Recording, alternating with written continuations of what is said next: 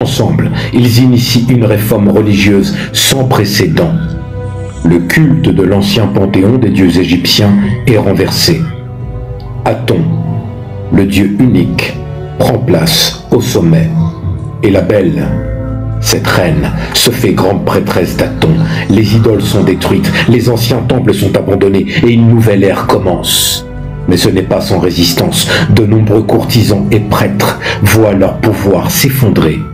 Et une guerre souterraine commence à se dessiner. La décision a été prise dans les ombres du palais. Les partisans de l'ancienne religion conspirent et des murmures de trahison circulent.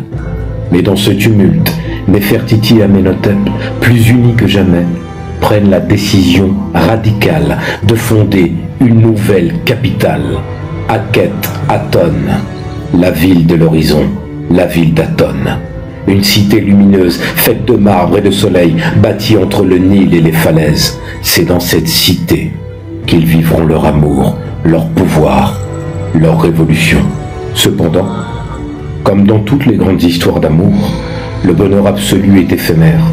Les rumeurs d'intrigue s'intensifient et la tension monte. Le couple uni, le couple imbrisable commence à se fissurer. Des années de réformes, de pression et de sacrifices font naître des cicatrices dans leur relation. En dépit de tout ce qu'ils ont accompli ensemble un jour, Akhenaton revient à Thèbes, laissant derrière lui Néfertiti, qui reste seule à Akhet-Aton. Son rêve de grandeur se transforme alors en solitude. Mais sa volonté de laisser une empreinte indélébile dans l'histoire du monde est plus forte que jamais. L'Égypte, elle se lasse de ce culte solaire, de ce Dieu unique. Et la ville d'Akhet-Aton commence lentement à se vider de ses habitants. Pourtant, Néfertiti, comme une déesse blessée, refuse d'abandonner. Elle ordonne à Thoutmôsis, le plus grand sculpteur de l'époque, de façonner son buste pour que sa beauté, sa grandeur et son nom traversent les âges. Et ainsi, dans le silence de son palais déserté, à 25 ans, elle voit son empire s'effondrer. Mais sa beauté ne s'éteint pas.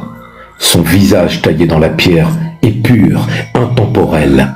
Il fait d'elle une reine éternelle. C'est un dernier acte de résistance contre l'oubli.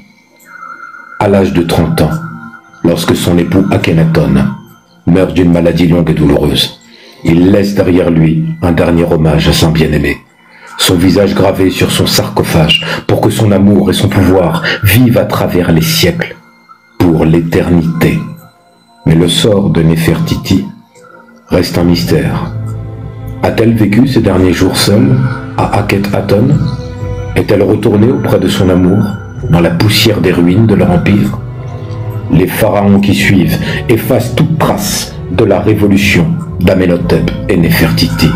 Mais comme souvent dans l'histoire, le silence ne dure jamais longtemps. En 1912, un archéologue découvre, au milieu du sable et des décombres, la ville d'Akhet-Aton et avec elle le buste de la reine, éclatant de beauté, parfait, figé dans le marbre. Elle est toujours vivante. Sa beauté ne s'est jamais éteinte. Le monde redécouvre alors l'histoire de cet amour et de cette révolution où Néfertiti, une femme, avec un seul regard, a changé le cours de l'histoire, de l'Égypte et du monde. Ainsi, Néfertiti n'est pas seulement une reine dont le nom a traversé les âges. Elle est un symbole, celui de la beauté, de la force et de la rébellion. Elle nous enseigne que l'amour peut changer le monde, que la beauté est un acte de résistance et que même les rêves les plus fous, même les rêves les plus radicaux peuvent un jour prendre fin. Fi de tout, parce que c'est la vie.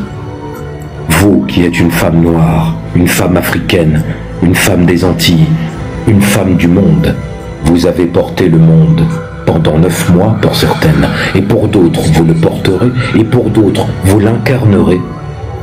Nos femmes, nos sœurs, demeure le socle, demeure le pilier, le rempart d'une Afrique lointaine qui pendant des milliers d'années a éclairé l'humanité d'un flambeau qui jamais ne s'éteint. C'était l'histoire de Néfertiti.